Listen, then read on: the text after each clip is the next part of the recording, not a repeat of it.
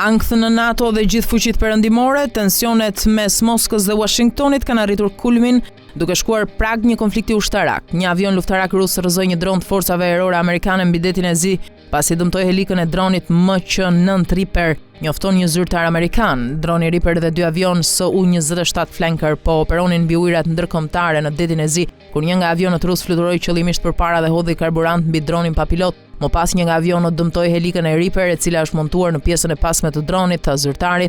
Dëmtimi i helikës detyroi SBA të rrëzonin Reaperin në ujërat ndërkombëtare në detin e Zi. Avionët rus dhe amerikan kanë operuar mbi detin e Zi gjatë rrjedhës së luftës, por ky është ndërveprimi i parë i njohur i tillë, një përshkallëzim potencialisht i rrezikshëm në një kohë kritike të luftimeve. Droni Reaper mund të fluturojë deri në 50.000 këmbë sipas forcave ajrore dhe ka sensore aftësi për të mbledhur inteligjencë dhe për të kryer zbulim për periudha të gjata kohore, duke bërë atë një platformë ideale për gjurmuar lëvizjet në fushën e betejës. Pamfleti është një platformë mediatike analitike që u lind si domosdoshmëri, një tribune pa kompromis, si një zë i fuqishëm në luftën pa ekuivok ndaj krimit dhe korrupsionit politik në Shqipëri.